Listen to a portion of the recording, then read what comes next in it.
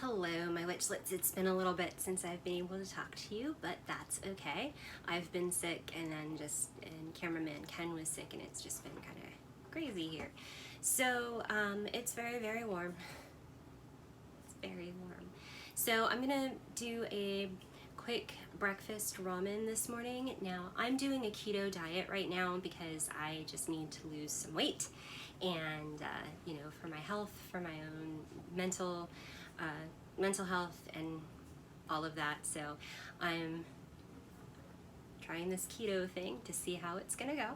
So I'm gonna make myself some keto breakfast ramen, and I'm gonna make cameraman Ken some regular breakfast ramen because he doesn't like shirataki noodles and I do, so that kind of thing.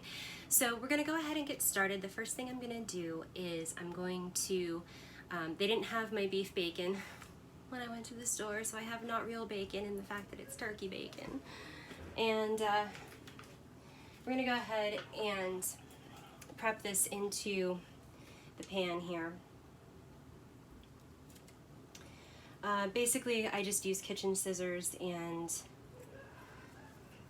I'm not necessarily trying to dice it as much as I'm just trying to not have it in strips. So I'm just kind of cut it this way. Don't worry, I'm not going to cut myself. These scissors aren't that sharp. Now, a lot of breakfast ramen recipes that I've seen call for like a whole bunch of cheese and a whole bunch of milk, and the sauce becomes more like queso or nacho cheese dip than it does like ramen broth.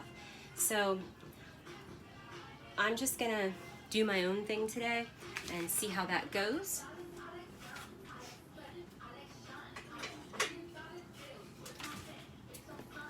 Please enjoy my neighbor's music.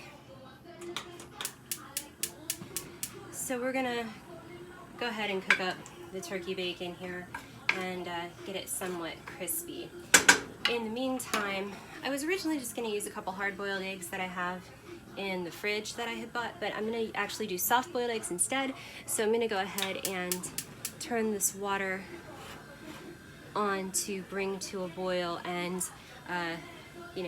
get that going. So I'll be back in a few minutes and we'll continue on with our next steps and such.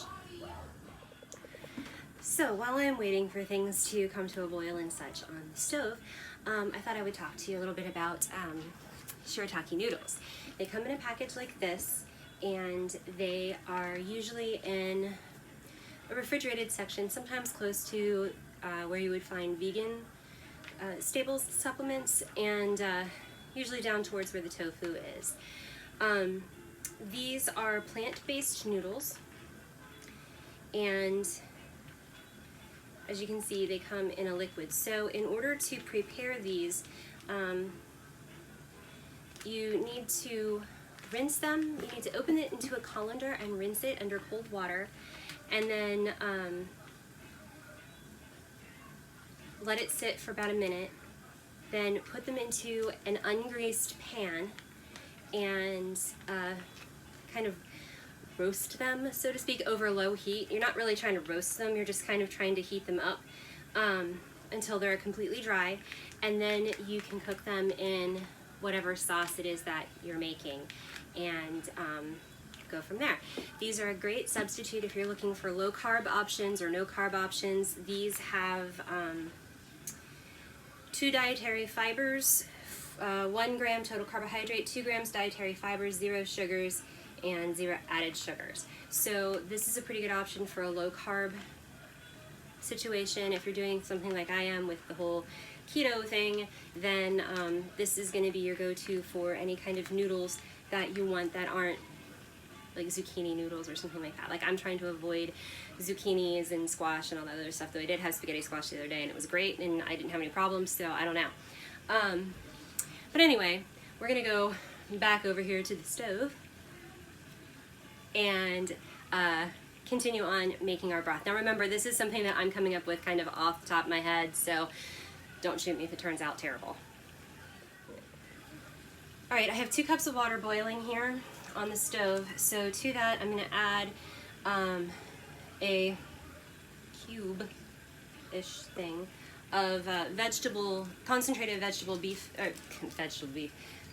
bouillon to make a vegetable broth, because I don't have any vegetable broth currently, and I don't feel like trying to thaw out my chicken broth or my beef broth that I do have in the freezer.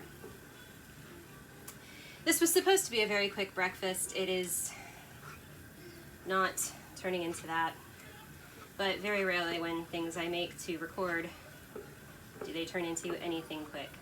So, but I promised a video today, so doggone it, I'm gonna do a video today.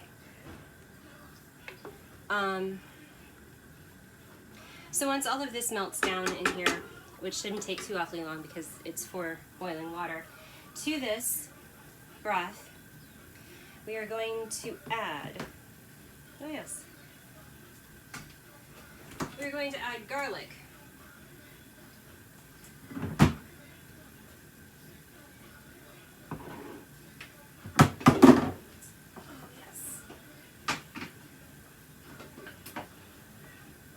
Have I mentioned lately how much I hate my refrigerator? If not, let me just tell you how much I hate my refrigerator. Alright, so to this broth we're going to add 2 cloves of minced garlic, which, you know, that means measure with your heart and put as much in here as you want. Okay. It's also very hot.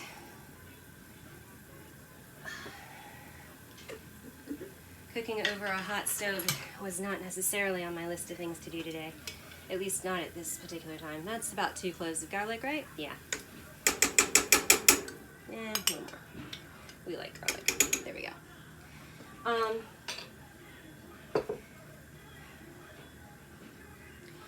2 tablespoons of liquid coconut aminos. And that's right, this is in your bottle, so I'll have to open this. Of course I do.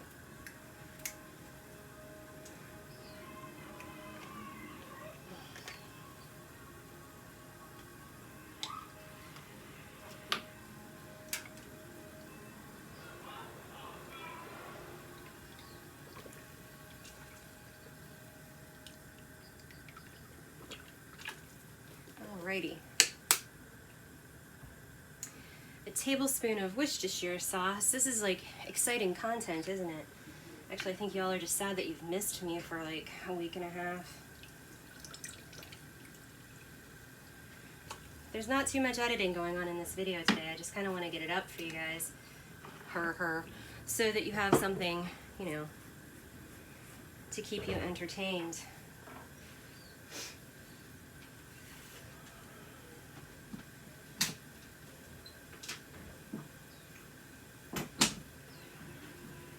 Alright, to this I'm going to add ginger, brown ginger. I don't know. We'll go with that much. And of course, I'm going to add some pepper, some black pepper to it.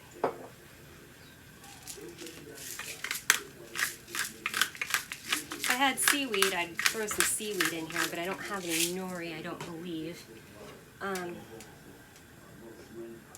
Alright.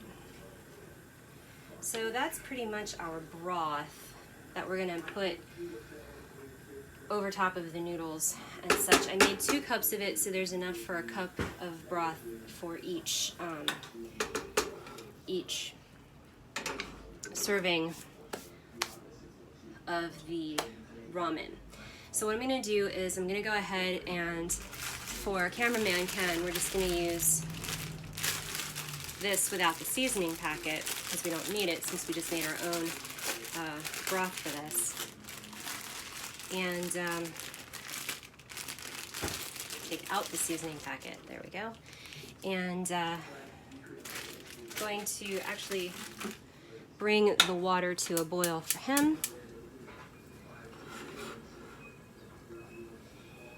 And as that comes to a boil, I'm going to go do the thing with this, cut it open, drain it, and then I will come back and we will dry it out more on the stovetop and then go from there.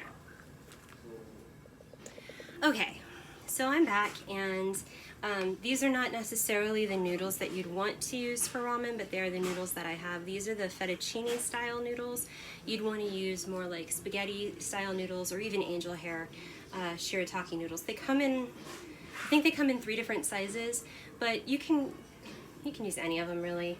I have my pan here set over low heat, and we're gonna cook these up here in just a moment. Gonna put my broth on a low heat to just kind of simmer while we finish everything so that it doesn't lose all of its heat and flavor. I would show you my shorts, but it's kind of hard because I'm short. These are my Captain America shorts that I crocheted a while back. And when I say a while back, I mean like a while back when I was about, oh, I don't know, 20 pounds heavier. So they only kind of fit. They're a little loose, which is good, but I'll have to make myself another pair. Actually, the pattern that I got these from, I actually want to get the heliotrope yarn to make them, because it's a 60s like hot shorts pattern. I don't know. I think it's fun. Hi, Midnight. All right, so you can see here, because I dripped water in here and the pan is getting hot, so I'm gonna go ahead and toss my noodles in here. And remember, you're not trying to like cook them or saute them or anything, you're just trying to dry them out.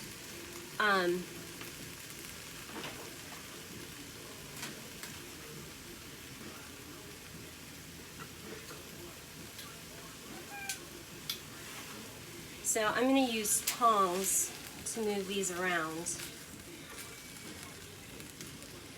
I am no master by any stretch of the imagination of anything regarding shirataki noodles.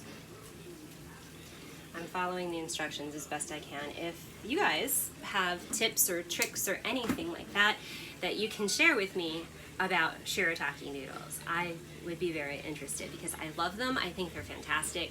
They seem to absorb all of the flavor of whatever it is you're serving them with. So if you're serving them with a sauce, they're gonna soak up the flavor of that sauce. If you're serving them, you know, I don't know how else you would serve them without a sauce or a broth or whatever, it's gonna soak up that flavor and just make it better. Everything just makes it better. So that's where we're at with that. So I'm gonna go ahead and pause this video because I don't know, my neighbors are playing music and I don't know how offensive it's gonna get. And I really don't want you two to take this down because of unlicensed music that I can't control.